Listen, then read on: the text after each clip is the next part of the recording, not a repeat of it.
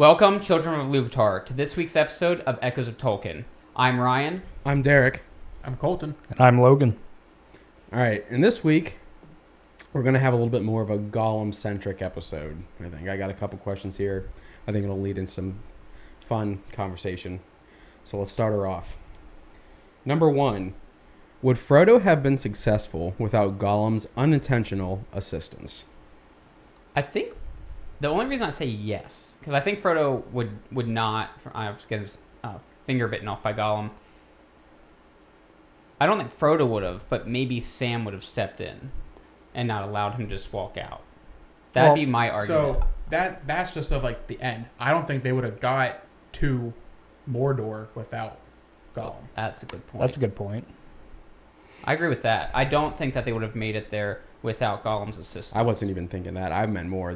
I was thinking more of, would Frodo be successful inside of Mount Doom? Well, that's why Colton went way deeper with it.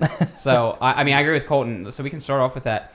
I do 100% agree that without Gollum's guidance, because let's face it, Frodo's going to walk right through the Black Gates. Like, now's our time, right. like an idiot. He didn't even know how to get to the Black Gates. Nope. Well, exactly that too. So, what was it in the beginning of the Two Towers? We're going in circles? yeah, we're going in circles, exactly. They would have never been able to make their way through the marshes either. No. I mean, Frodo almost died there. Gollum saved him. Around for miles.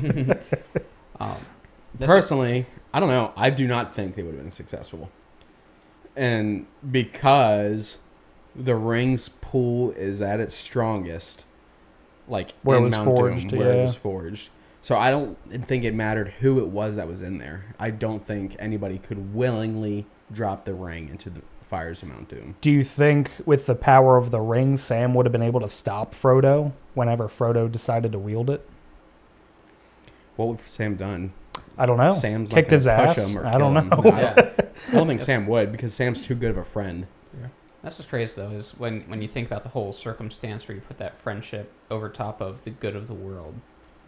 Like where it's one of those things where Sam could have stepped in at that point in time, and essentially he just started sobbing, and Frodo's walking away. And I do question though, like, would Sam have done something, overcame that friendship for the betterment of a whole? I can't see him killing Frodo to stop. So at the top of Sithor Ungol, when Frodo goes down, or like Sam takes the ring from or whatever, Yeah. and then he hears that Frodo's still alive, and he has the ring.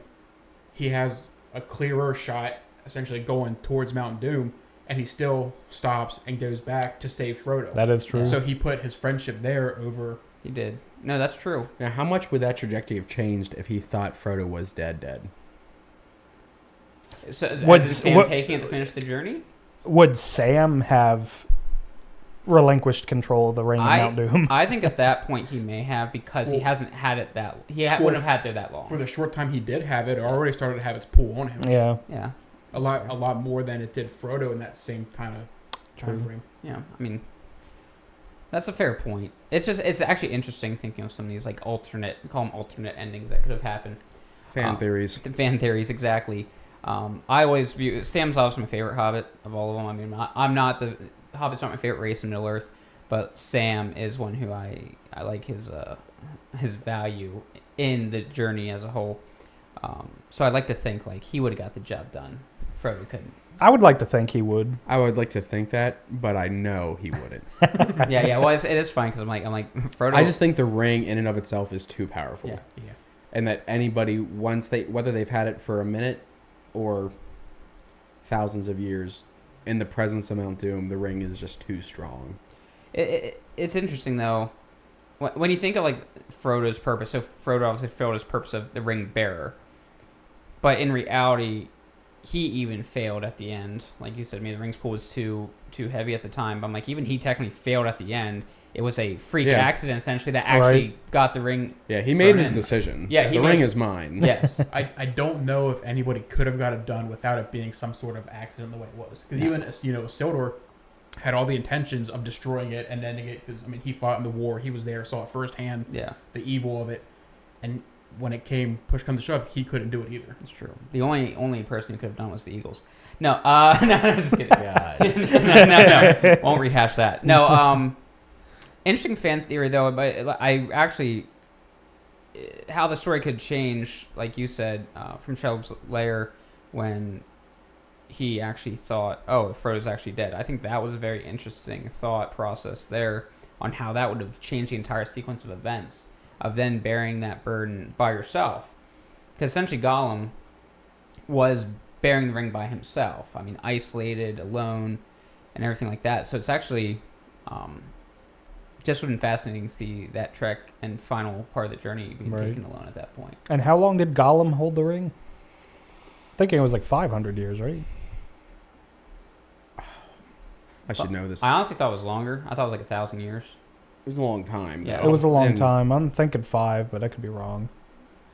I like it as amazing, like, as much as it, made him decrepit, like, he's still alive and kicking. Eating a lot of fish. Eating a lot of fish. Interesting to me with the power The of Mediterranean diet. His beach bod looks phenomenal.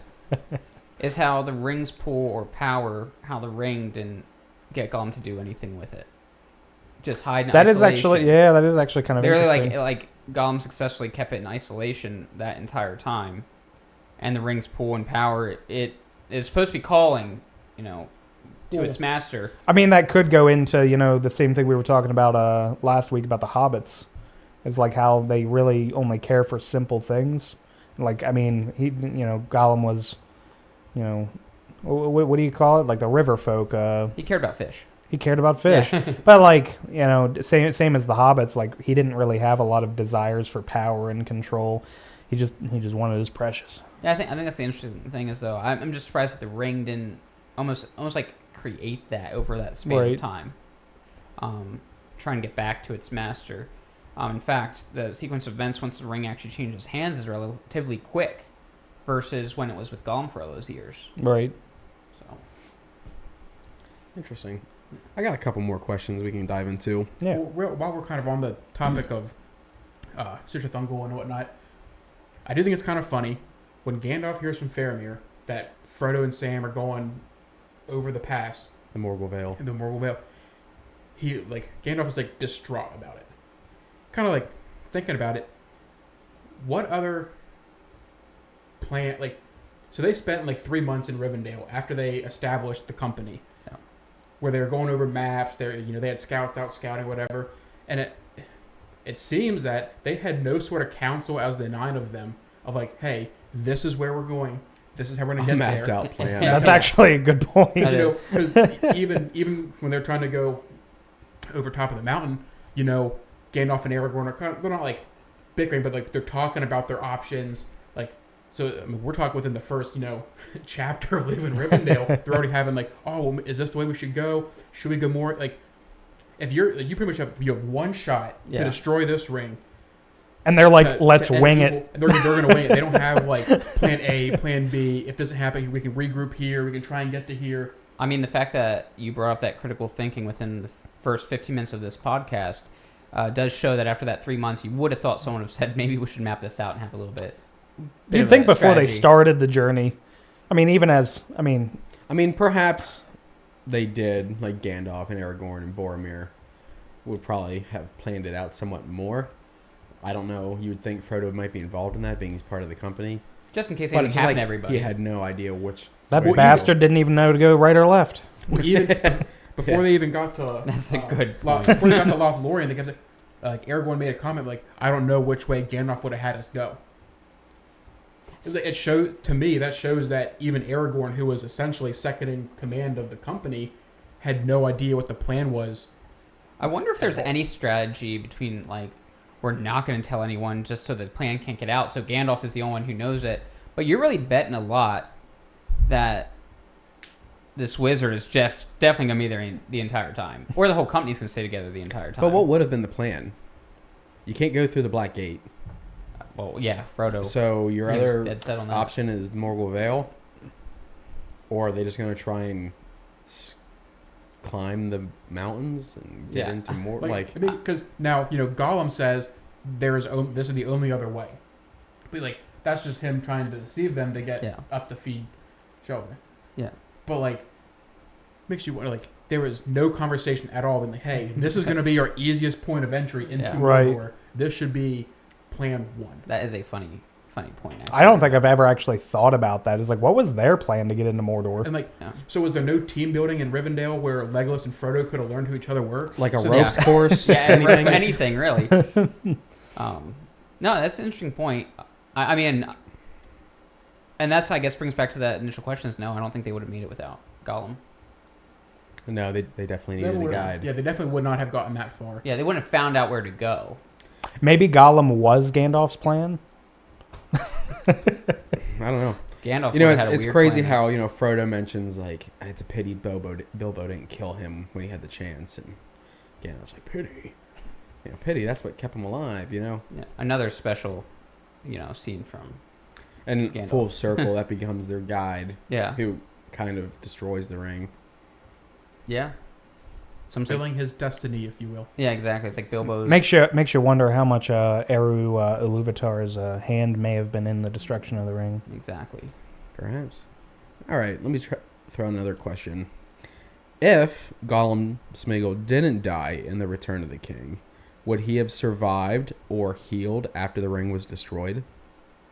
If he wasn't in the If in he the never lava, died, but because the I don't ring think he was could have destroyed. survived that. No, Okay.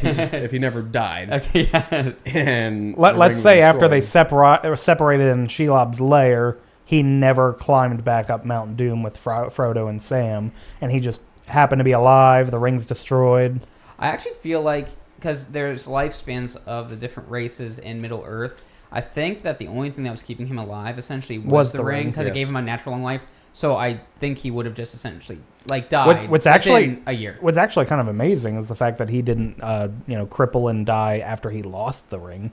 Yeah, exactly. I mean, I think that's But it was probably just still the greed of finding it again True. that just kept him. The power going. of it was still kind of having. But once it'd be you know, destroyed, and I guess I don't think even healed would be the right word. He'd still live with that burden. Frodo still lived with the burden. Yeah. I think honestly he just would have his time would have been up then. Like I said, I think the ring was the only thing that was keeping him there. Been much more peaceful ending for him to just kind of be almost like a freeing of the soul at that point. I think it would be more of that. Do you feel like the destruction of the ring would have made him feel unburdened by it, or would he still just be craving its I think It makes you think if Gollum would have died, but Smeagol would have kept on right? through a natural progression of just nature taking But its I don't- course and yeah. dying off. But I think that course would happen quickly. And I do think it'd be almost like a freeing of the soul in a way. I do think it'd still have the burden kind of like Frodo has on a much greater level. But I really think that at that point, his body, his whole self would end up just deteriorating. Yeah. Pass. Yeah, because hobbits and related folk usually only lived 120, 150 years at most. At the And- oldest. At the oldest, and then Gollum's at least 500-600 years old. Mm-hmm. Yeah, he would have withered away. I think the fish was filling his belly, but the ring was truly keeping him alive. Yeah, there you go. Well, it's even mentioned by that. I mean, the unnatural long life that the ring was bringing him, it was doing the same thing for Bilbo. So I think, that's kind of how I think it would end up going for him. All right. Here's another hypothetical situation. What if Gollum, Smeagol, had successfully obtained the ring? What consequences would have followed? He probably wouldn't have made it out of Mordor. No, I at mean, what point would he have gotten the ring? I guess we can go at Oh, at multiple any different point? points. yeah. I mean, I think at any point the ring doesn't get destroyed, Sauron takes over Middle-earth. I Yeah. mean, within weeks. Well, I don't know. Gollum was able to hide that sucker for a long time. He probably could have just gone back into hiding and gotten it lost Well, again. I mean, Sauron almost took over Middle-earth before Frodo destroyed the ring. that's So, true. He was still a powerful entity. That within is, Middle-earth. that's a good point. I mean, he was pretty much already wiped out yeah. the race of men at that point. I mean, in reality, everyone was going to be dying. Yeah, at and that he didn't last even battle. have the ring at that point. That is a solid point. Yeah. Yeah. They were surrounded. No, he still, Gollum still could have gotten away and hidden with it and never kind of came out. But as far as Middle-earth, Yeah, they would Middle-earth have. Yeah. would have been. It almost be what's the point of the ring? Yeah. It almost be when the Valar decides to send something else to try and save Middle Earth after the fact. It just makes Sauron more stronger when he has his ring. Yeah. yeah. But he still could have successfully Yeah, it didn't even cross my mind when you asked that. It's like, well, yeah, he was already about to destroy the race of Yeah. And the If elves' he had time the was ring, already if he had the dying. ring, it would have been way before. right. Yeah. Like Middle Earth was already essentially on its last leg. Yeah. The elves were leaving.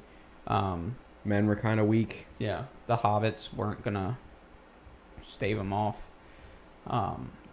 And honestly, even the dwarves kind I of mean, they've been kind of in Yeah. hiding in their caves for Yeah. years anyway. which strategy kind of worked. Other than Moria, obviously, but but I do think that's kind of an interesting thought. Is what if Gollum would have kept it? I think obviously things would have just kind of progressed in Colton's standpoint. I'm surprised that Gollum didn't try and kill Frodo earlier, and was trying to be calculated. Now I think it's because that Smeagol torn, like the Smeagol heart for Frodo, and then the Gollum. So it's that conflict that's going on. I mean, he also swore an oath to the ring via Frodo to get Frodo to Mordor. Yeah, but I'm like, The ring is treacherous. It'll hold you to your word. Well, I feel It like is, the you know, ring would be out of like I'll all lie the- because the ring had to know too. It's better in Gollum's hands Cool. than not. But The ring was trying to get to Mordor, so to hold fair. Gollum at that oath to get it there to him. I think it's just a flawed calculation on his part. I think his best opportunity would have been some night when Sam and Frodo are sleeping to slit their throats Yeah. and take the ring for himself. Heck yeah. Which, kind of to Ryan's point, is like he was like about to, and Smeagol was kind of like, "Well, nice hobbits." Yeah, and I think they did a good, at least in the film, at least there to keep that portrayal, and that's kind of like the excuse there of why didn't he? It's because well, the Smeagol aspect and that dual personality was probably causing him not to. So you're basically saying Smeagol might actually have a pretty good heart. Oh, I think so. I think take aside the ring. I think that Smeagol itself was probably a very happy, good character. You know, That murdered his cousin after seeing a shiny object. I think that was just a quick pull because the ring. This is my one chance to get out of this lake, and the ring is like, boom. Let's start going. Let's start moving around Middle Earth now. So I think that's really what it was. Yeah. Is that initial pull? Yeah. I think it is just in the presence of the ring, people lose their minds in Oh, a yeah. sense. Which again goes into the kind of amazement that like other ring bearers were able to hold on to it and like still kind of have good productive lives, and like even Bilbo held on to it for like 50 years and like he didn't do anything negative with it. Frodo had it for years until he was told to leave. Right. You know, he would have been in the same way. Yeah, but Frodo had it stashed away. Frodo wasn't sitting there. He rubbing it he every wasn't night. holding it in his pocket or around his neck up until they were leaving the Bilbo Shire. did though. Bilbo did Kept hold it with onto him. it, and it grew on him. Where It Frodo did. had it hidden away and was just like, it's just a trinket. Yeah. Here's a kind of off the wall question. So we already established that the ring is sentient, like it is like a Yeah. large portion of Sauron's soul. Do you think during the journey the ring knew their intention was to destroy it? I feel like it'd have to. You'd have to think that ever since it left Sauron's physical being, that it kind of had the thing of, hey, everything around me wants to kill me. Well, Yeah, but you especially- also have to think of the fact that like Sauron thought it was unfathomable. Like he thought there's no way anyone would even attempt to destroy it. Did the ring know that it was on its way to get destroyed? It had to because essentially Isildur had it, and the whole intention was to destroy it, and he didn't. So the ring had no from that point on. Like Colton said, as soon as it left Sauron's hand, that it's in danger now. That there are those in there who would try to destroy it. So, But Sauron didn't think that anyone would destroy it. in theory, he was correct because Frodo technically didn't either. It was the freak accident that really caused the ring to be Well, destroyed. nobody even knew really like, you have to destroy this thing for a long time. Right. Like no. Well, we were more so discussing about like if Gollum would have taken it. It was like, but the ring, held its power over Gollum. But like, did the ring know that in Frodo's possession, like he was going to destroy it, or would it have more willingly gone with Gollum, who probably would have just tried to keep it safe? That's an interesting thought because I would have to think that the ring would know at that point that Gollum is a safer bet than Frodo. Right. Because if we do consider the ring a sentient thing, and I would say it really probably is. Yeah. it did have to know the whole intention of the company was to destroy it. But in the same regards, that company is literally going to bring you to your master. It's kind of I mean, so even if you know like their intention is to destroy you, Yeah. that's still who you want to be. So maybe because they're going to get you as close as you can, and then hopefully the powers that your master has kind of. I still am hung up on I don't know what the Nine's plan was. Like, what was their plan of getting into Mordor and getting that ring to Mount Doom? Even if it was 9 of them still alive, maybe they were planning on just because trudging through the Black Gate, walking right through. Hello, can we because please come up the those mountain? 9 are not sneaking right in, No. and Mount Doom isn't like right there at the entrance. No. That's still a trek from the Black Gates. and They the got orc, watchtowers all over. yeah, the and the orc forces by the time they got to Mordor, like it's significant. Like he's got a large army there, so like I think inevitably they were gonna need some sort of army. yeah.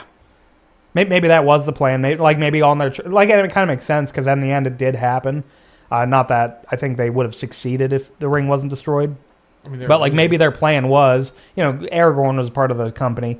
Maybe Gandalf's plan was we're gonna get all the men rounded up together and we are going to walk into Mordor with an army and get this taken care of. Maybe that was the plan. And in the book, we talked about this at an earlier podcast. Like in the books, they established pretty early on. Aragorn is Isildur's heir, that he is coming to like take back like kingship. Yeah. Where that might have in the book that was probably the plan is that hey, we can use this kingship because they're putting it out there so much at a point in time. Whereas the movies they take the more of like, well, I don't know.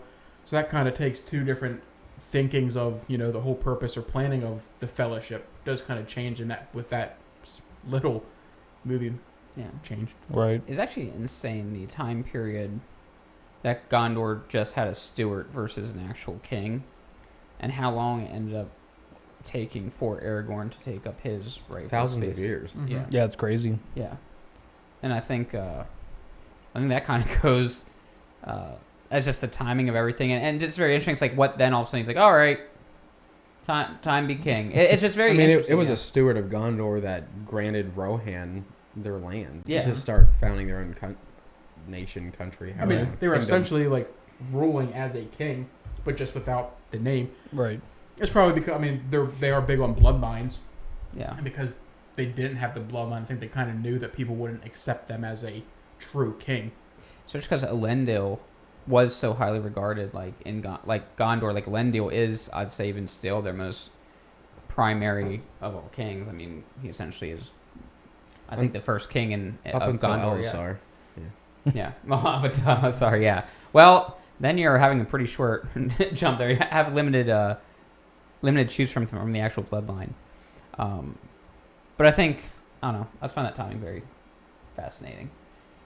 Where it's like all of a sudden it's like, oh, okay, It's like, okay, we can have a Let's do king it now. again. Mhm. yeah, Well, I mean, that being, he also, because they're in like the House of Healing, they talk about like, oh, there's healing powers in the king. And, with Faramir and Eowyn and Pippin, they're up in the healing towers. Aragorn comes in, he gets some like the king's foil and kind of like heats it up and helps bring them back. I mean, they're all three, all but at like, Aragorn's basically a end. PhD. yeah, I mean, it goes back to, there's healing power with the king of Gondor, yeah. Anybody else have any more comments on all that? No. I got a fourth question for you guys. What commentary can Gollum's story give on the nature of addiction? Like real life addiction.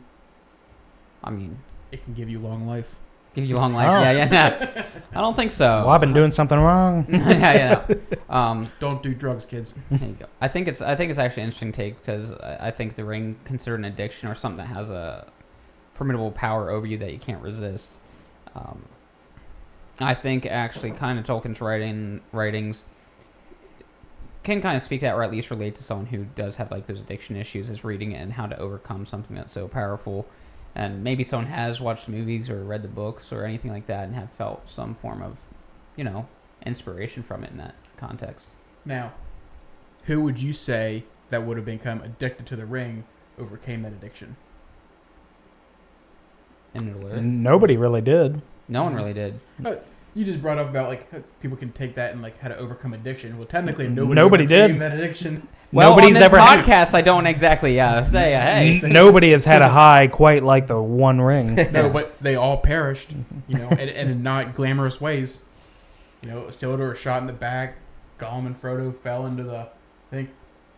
Bilbo would have been the only one who might have like overcame it, and he didn't really overcome it. Now I It kinda definitely took don't him. want to bring up the comparison to the like temptation of sin. It's like nobody overcomes that either. Well, they die a much quicker death. Yeah.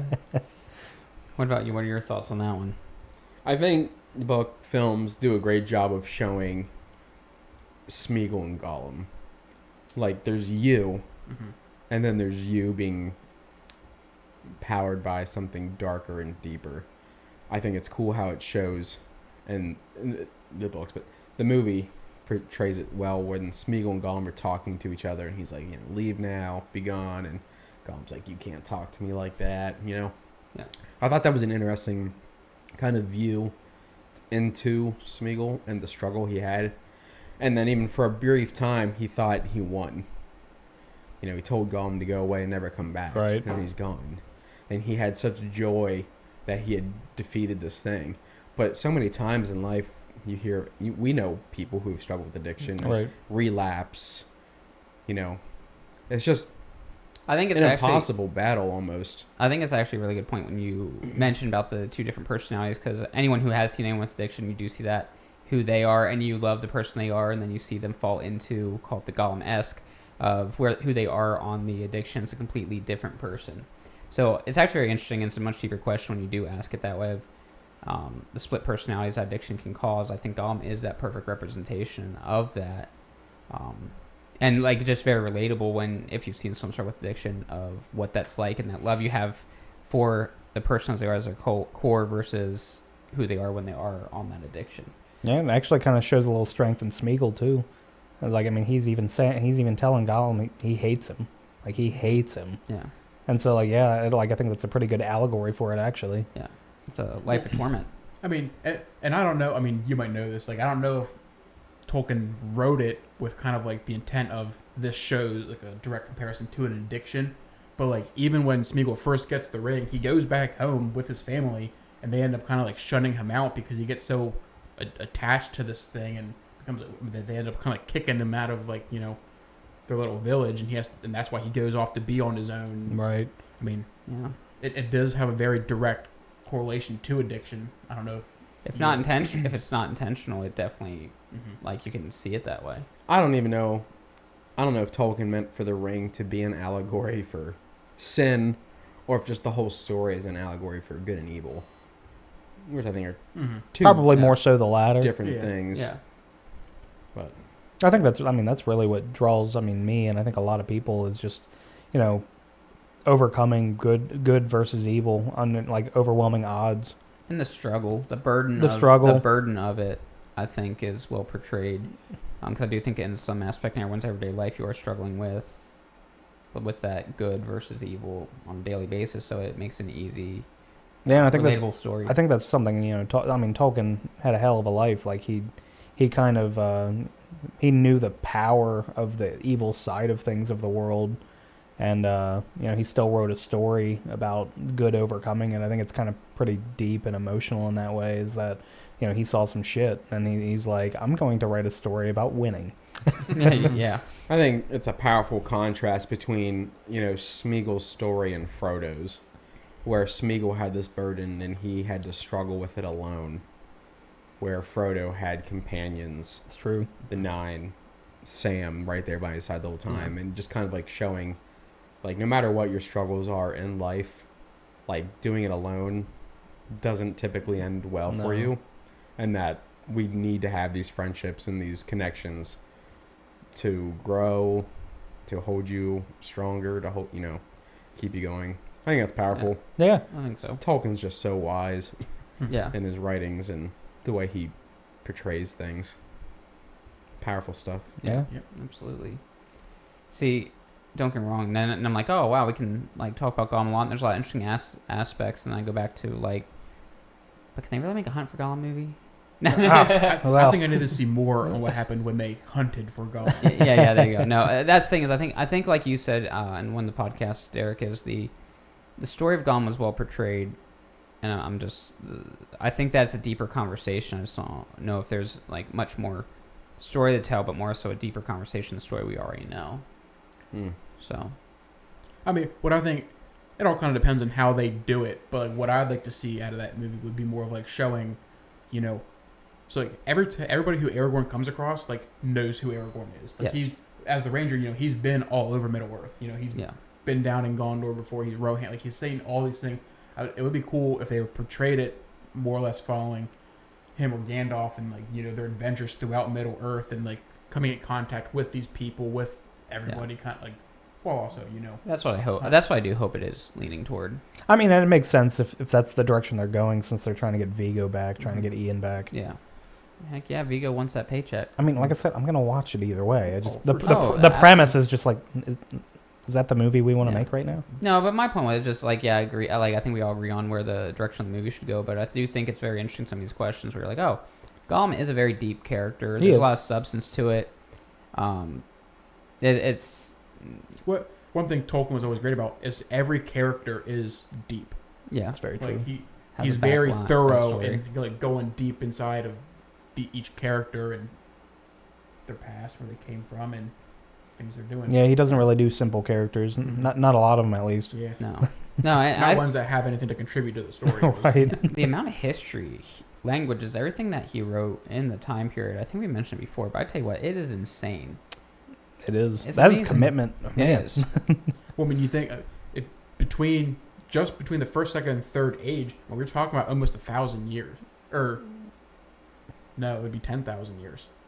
Yeah, Because I think the third sounds age cool. is a little over 3,000 years. Right. I would assume second and first are pretty close. I mean, so we're talking about 10,000 years worth of history and backstory that he pretty well covered. Yeah. Even if not in like thorough, thick books, like in his appendices and everything else, Appendices, he has notes. letters, other things. Like this was his life, like writing all this stuff. Well, Luthien and Beren are him and his wife. Yeah, Their story. It's on their tombstone. it's on their It's on their tombstones. It's tombstone. beautiful. It's cool.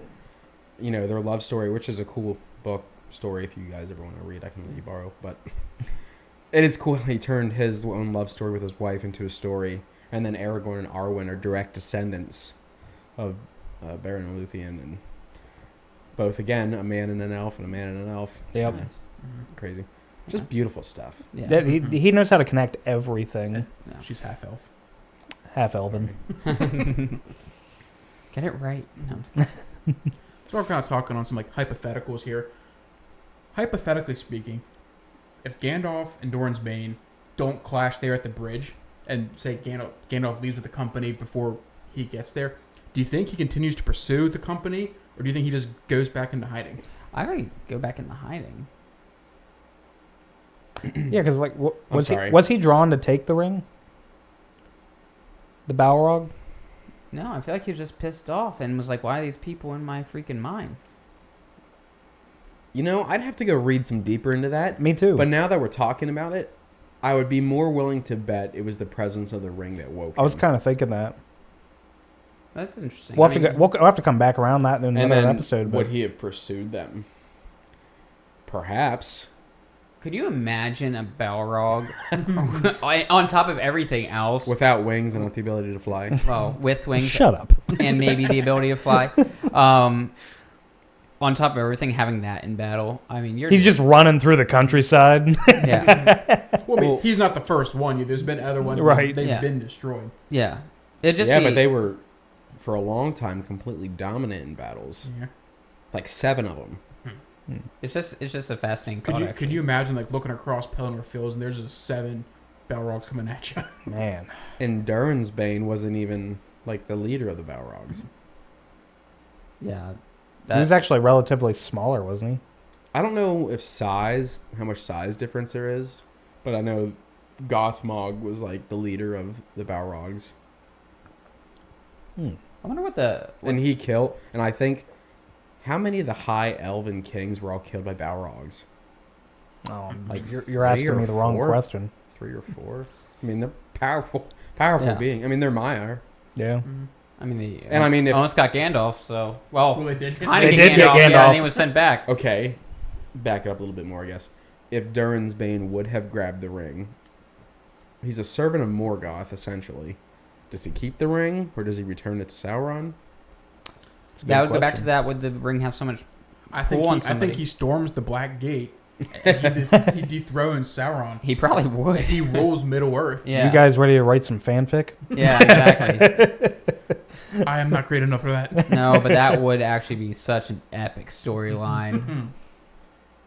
He almost in reality was right there at him. Like that's an actual legitimate thing that could have actually taken place and happened. So when you dive into that fan theory of or fan fiction, I'll say, of Wolf the Balrog got the ring. Yeah, I think he'd just pretty much go storm in the Black Gates because I don't see anything really being much of a task for him, at least on that end of things.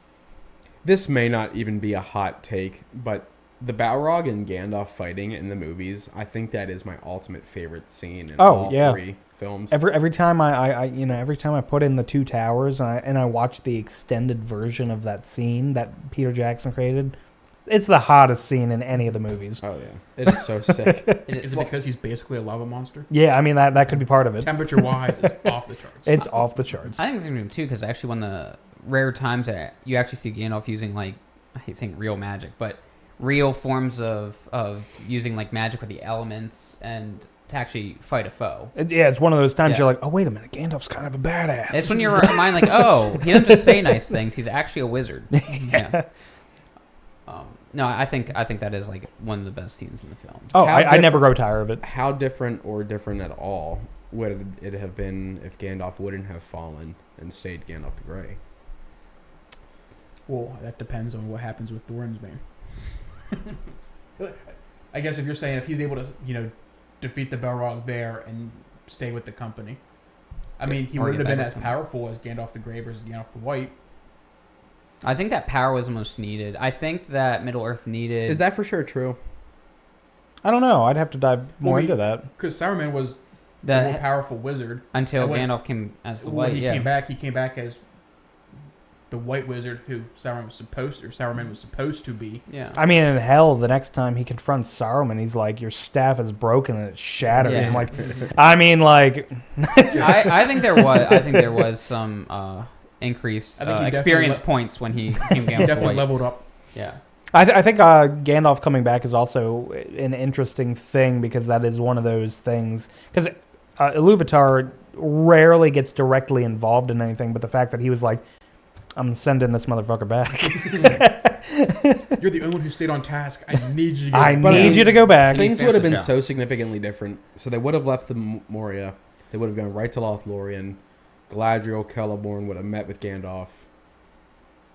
I mean, what would have transpired right there between the three of them? Gandalf could have given a more direct impact of, hey, this is how we're going to get into Mordor because you can't go through the Black Gate. Yeah. Yeah, Gandalf's the cartographer, so they're like, In reality, I think it would have been a very interesting if the company again broken up how it was, seeing how that would have played out with Gandalf, who seemed to be the only one who actually had a plan.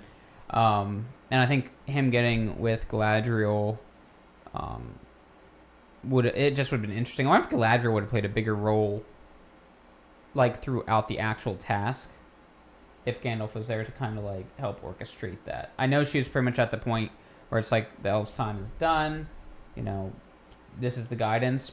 But other than that, she really didn't get directly involved. They took the smaller company because they wanted to keep it more low key because they didn't want Sauron or Saruman to like know that they're coming or Yeah. doing whatever. Well, at that point in time, Gandalf could have been like, "Hey, listen, they know.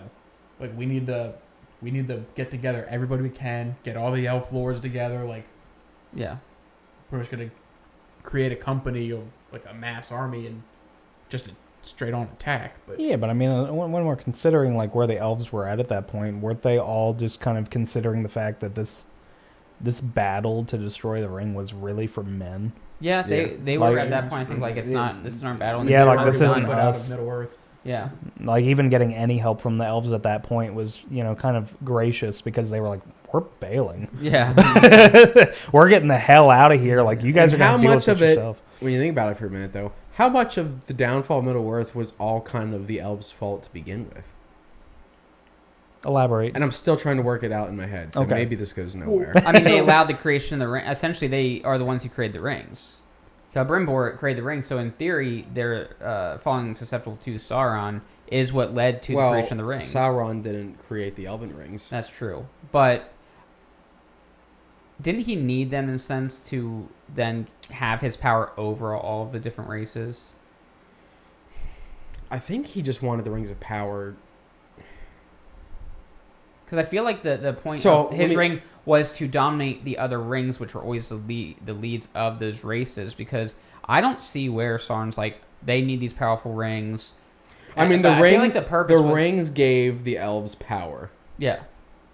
So yes, in order to take those rings, he can basically control the elves, or be more dominant of the elves, or the elves can be less resistant to him.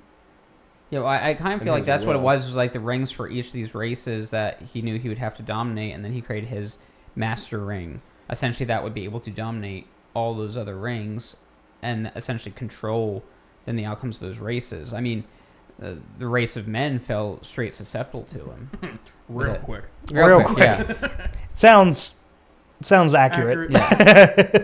And I do. So there's the contradiction between the films and the book. Obviously, the book's the real version, but I Yeah. mean, like in the movies, Peter Jackson has the elves come and join in the defense of Helm's Deep, where in the books they don't. Like there is Right. zero elf help outside of Galadriel's gifts she gives them. Another thing that Peter Jackson did that I think is badass. I don't know that that's something that was really needed.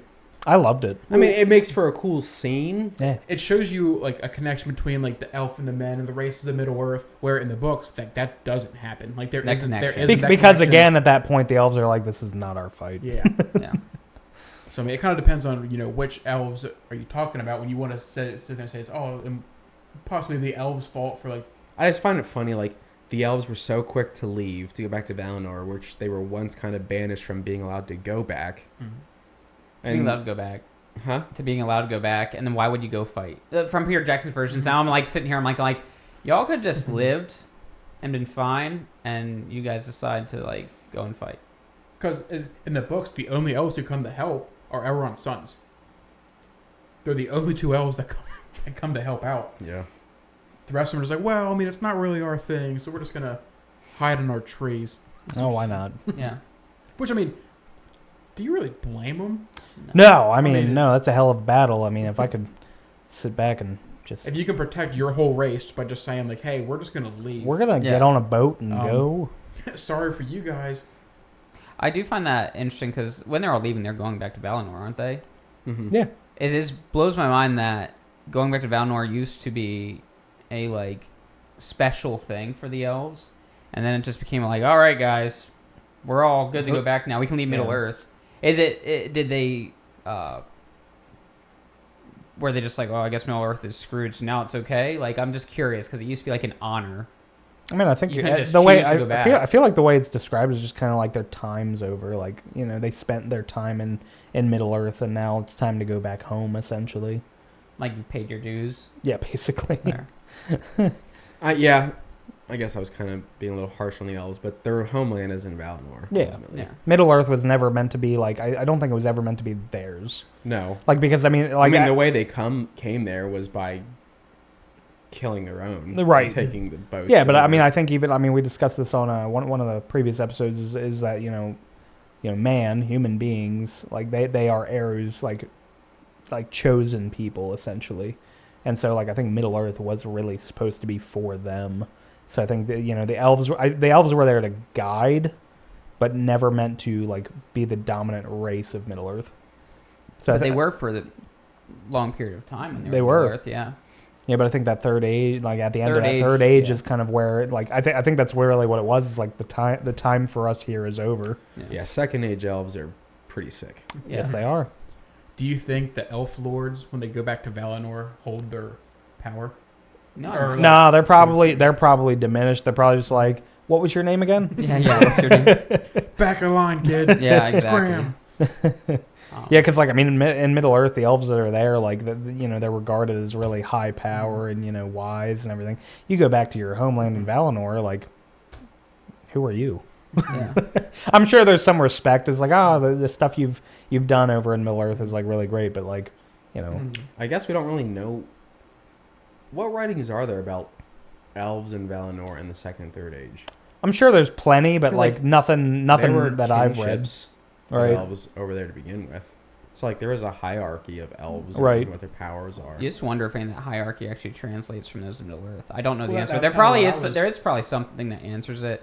I'd have to dive into it, but Yeah, like I said, I'm sure there's plenty of respect for, because like I mean the elves that are in Valinor, like they're living in a world of peace. I'm sure there is some respect in regard to the elves that are willing to, you know, be in the trenches of Middle Earth, because Middle Earth is, you know, everything's in Middle Earth. yeah. You know, the good, the bad, everything else. Valinor, like they will just chill every day. I mean, and obviously, even after the ring is like destroyed, like there's still evil in Middle Earth. Like evil doesn't just like It doesn't go away. Yeah, it's you know? it's.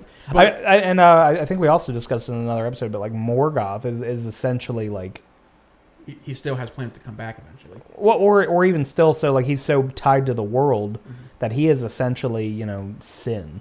Like Right. Morgoth had after his He physical can't, death, He can't come back. he though. can't come back, but he's so tied to the world that after his physical death, like he is essentially sin in the world. I Like thought once he he talked gets about a cast return. into the void, I think he's completely I thought he done. had talked about a return. No, once he's cast into the void, he's like done. Same with Sauron. But can we But just either how way, cool so- it would be if he did come back? Well, I I don't want know more. if I'd say cool. I want more content on Morgoth. I'm not gonna like. I want to see. There's a lot of. There's a- No, Oh, no. I like want to visual, see like a yeah. physical Yeah. something of. That would First be Age. cool, but I would also be hesitant though that any production company would do it right. I would also be I'm hesitant to fine with think it. that the Tolkien estate will let anyone do it. They will eventually. Everyone wants their money. I know. People give them so much money for I that. mean, once you get a couple generations removed from Tolkien, then I mean, I'm sure somebody will sell out. Yeah, absolutely. Tolkien estate, if you're watching this ever, like we want to see this stuff on screen. Yeah. Well, that was a fun podcast.